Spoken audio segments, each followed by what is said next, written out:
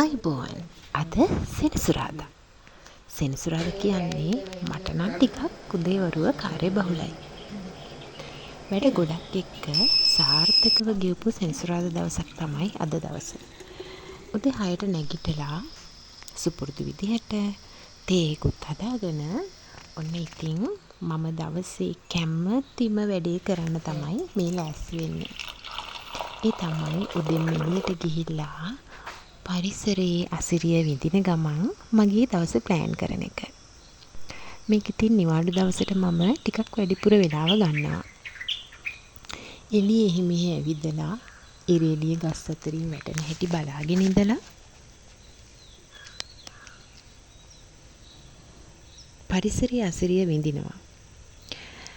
මේකෙන් මගේ මනසට ලොකු සහනයක් දැනෙනවා. ඒ වගේම දවසේ ඉදිරි වැඩ කටයුතු ටික හොඳින් කරගෙන යන්න මට මේකෙන් ලොකු අස්වැසිල්ලක් වෙනවා.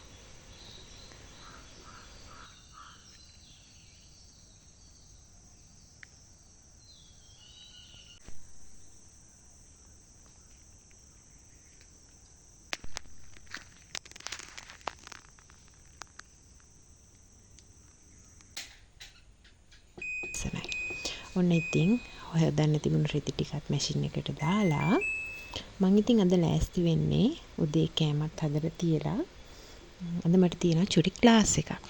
ඒකටත් ගිහිල්ලා සෙනසුරාදා උදේ වරුවේ වැඩ ටික ඉවර කරගන්න තමයි මේ ලෑස්ති වෙන්නේ.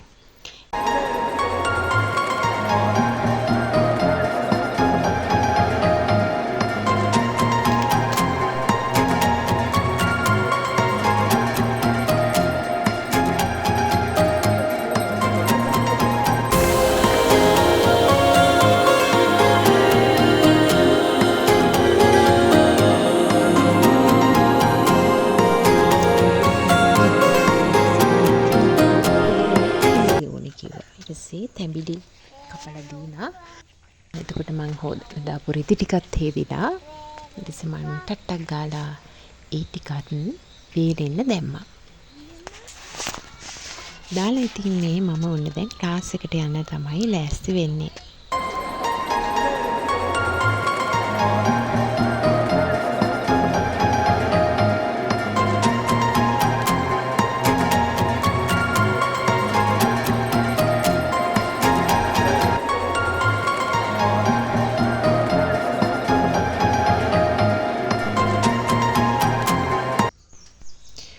ඔන්න ඉතින් මම දැන් පිටත් වෙන්න යන්නේ.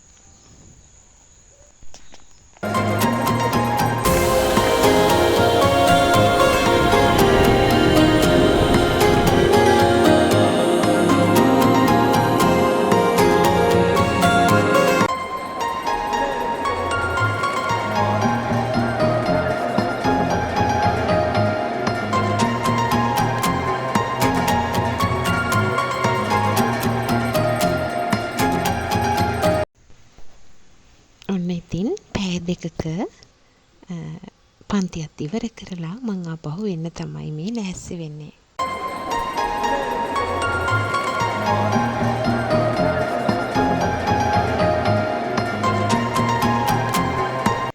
ඔන්න ඉතින් එන ගමන් ගෙදර අඩුපාඩු වෙලා තිබුණු බඩු ටිකකුත් ගන්න මම කඩමණ්ඩියට ගොඩ වැදුනා. එළවලු ටිකකුයි පොඩි පොඩි ග්‍රොසරි අයිටම් ටිකකුයි තමයි මම ගන්න හිතුවේ. ඒ ටිකත් අරගෙනම තමයි මම ගෙදර ආවේ.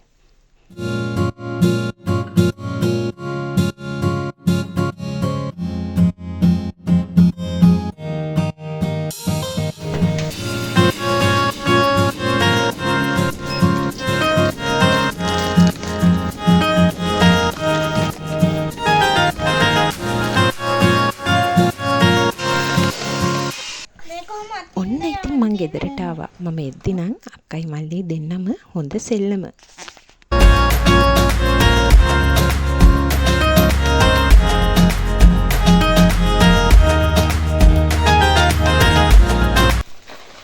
එයාලා සෙල්ලම් කර කර ඉන්න අතරතුර මම ඉතින් ඔෂ්ෂෙහිකුත් දාගෙන ගෙනාව බඩු ටිකක් අස් කරලා දවල් කෑම එකත් අරගෙනම තමයි ආයේ ඒ පැත්තට ගියේ.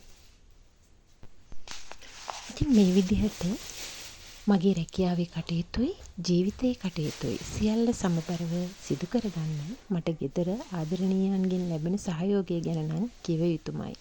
නැතිනම් රැකියාවක් කරන කාන්තාවක්ට උදව් අවශ්‍යයි. ඉතින් එවැනි උදව්වක් මට මගේ පවුලේ ආදරණීයයන්ගෙන් ලැබෙනවා. උදේ කාලය මෙහෙම නිමා කරලා ඉතින් හවස් කාලය මගේ දරුවෝ දෙන්න වෙනුවෙන් තමයි මම වෙලාව වෙන් කරගෙන ඉන්නේ. ඉතින් එහෙනම් ගිහින් එන්නම් නැවතත් ඉක්මනින්ම හමු වෙමු.